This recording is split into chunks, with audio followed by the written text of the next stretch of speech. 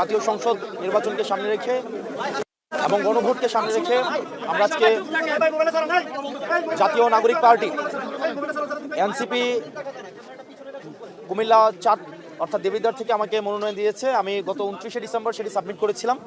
আজকে মনোনয়ন বাছাই হয়েছে এবং প্রাথমিকভাবে মনোনয়নটিকে বৈধ ঘোষণা করা হয়েছে।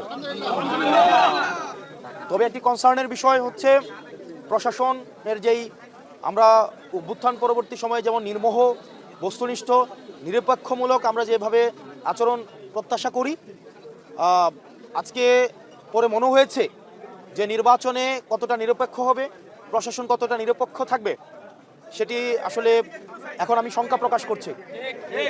পর্যাপ্ত যুক্তি, পর্যাপ্ত তথ্য থাকার পরেও আমাদের একজন প্রার্থী উনি ব্যাংক ডিফল্টার, উনি উইলফুল ব্যাংক ডিফল্টার, উনি একাধিক আর্থিক প্রতিষ্ঠান থেকে বিগত বিভিন্ন সময়ে উনি লোন নিয়ে সেটি আর ফেরত দেয়নি। দেশের অর্থকে উনি তসরুফ করেছেন এবং ব্যাংক ডিফল্টার হওয়া সত্ত্বেও উনি সেটিকে এই তথ্যটি যখন গোপন করে এবং হাইকোর্ট স্টে দেওয়ার তথ্যটি যখন গোপন করে এটি ব্যক্তিগত তথ্য গোপনের পর্যায়ে পড়ে এবং আমাদের নির্বাচনী আচরণ যে বিধিমালা রয়েছে সেখানে স্পষ্ট উল্লেখ আছে কোনো প্রার্থী যদি ইচ্ছাকৃতভাবে তার তথ্য গোপন করে হলফনামায় উল্লেখিত তাহলে সেটি তার প্রার্থিতা বাতিলের যে বিধান রয়েছে। কিন্তু আমরা দেখতে পেয়েছি প্রশাসনের কাছে আমরা পর্যাপ্ত তথ্য প্রমাণ এবং যুক্তি উপস্থাপন করার পরেও সেখানে প্রশাসন কতটা নিরপেক্ষ আচরণ করতে পেরেছে সেটি আসলে প্রশ্নবিদ্ধ।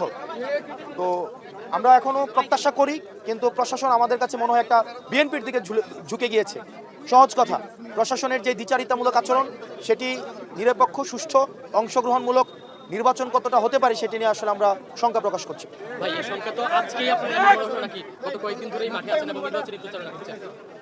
আমরা বিভিন্ন সময়ে যে প্রশাসনের যেই দেখেছি যে জুলাই গণঅভ্যুত্থানে ইতিমধ্যে পরবর্তী সময়ে বিভিন্ন সময়ে অনেক হামলা হয়েছে। আমরা দেখেছি হাদি ভাইকে নির্মমভাবে হত্যা করা হয়েছে। স্পষ্টভাবে প্রমাণ থাকা সত্ত্বেও আমরা এখনো পর্যন্ত দৃশ্যমান কোনো ধরনের ব্যবস্থা নেয়নি।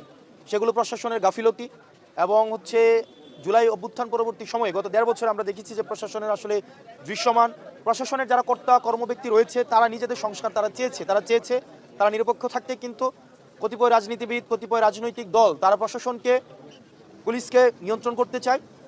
সেই জায়গা থেকে পুলিশ কমিশন, অ্যাডমিনিস্ট্রেটিভ কমিশন গঠন হলেও সেটা এখনো পর্যন্ত আলোর মুখ দেখতে পায়নি। তো এই নির্বাচনের মধ্য দিয়ে প্রশাসন আসলে কতটা সংস্কার হয়েছে বা হয়নি সেটির আসলে বহিঃপ্রকাশ ঘটবে। দেবিদ্বারের জন্য কি বলবেন? দেবিদ্বারবাসীর জন্য বলবো, দেবিদ্বারের মানুষের কাছে প্রত্যাশা